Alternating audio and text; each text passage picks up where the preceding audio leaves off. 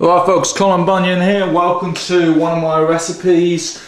This is going to be my chocolate meringue muffins. Now the reason I'm doing this is because I have got no money and I'm doing store cupboard ingredients. So this is the stuff that most people should have in their cupboards. There's no need to go to a store. You've got plain flour, bicarb soda, some baking powder, some milk, some ground ginger, ground cinnamon, drinking chocolate, some chocolate sauce, that's optional, don't worry about that. The last of the vanilla extract, some salt, some sugar, some eggs and some meringue nests.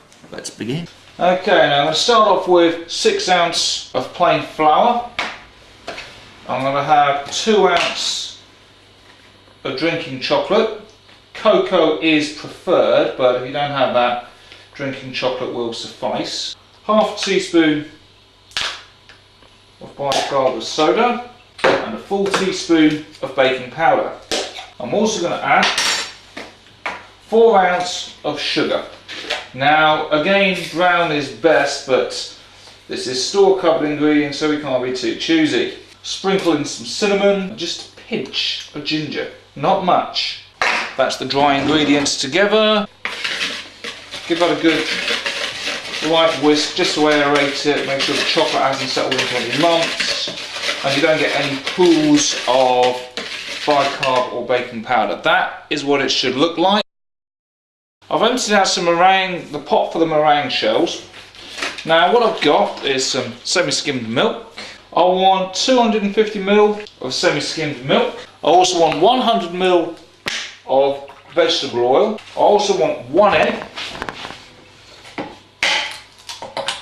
And I'm going to pour in the last of the vanilla extract. It's just under a teaspoon. All I will now do is I'll now put in the whisk and whisk furiously.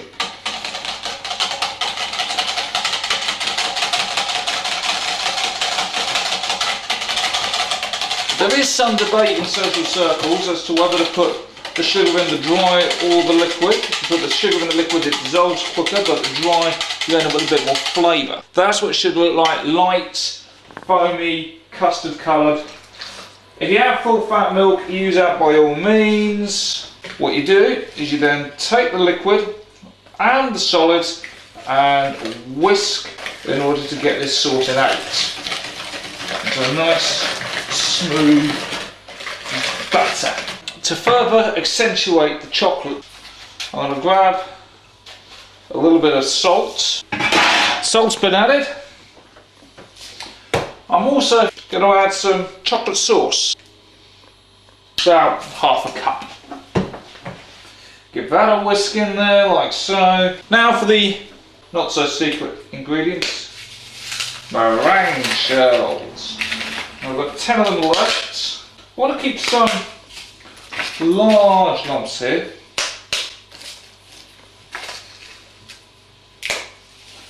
But I also want to have some very small amount. Now gently fold this mixture in.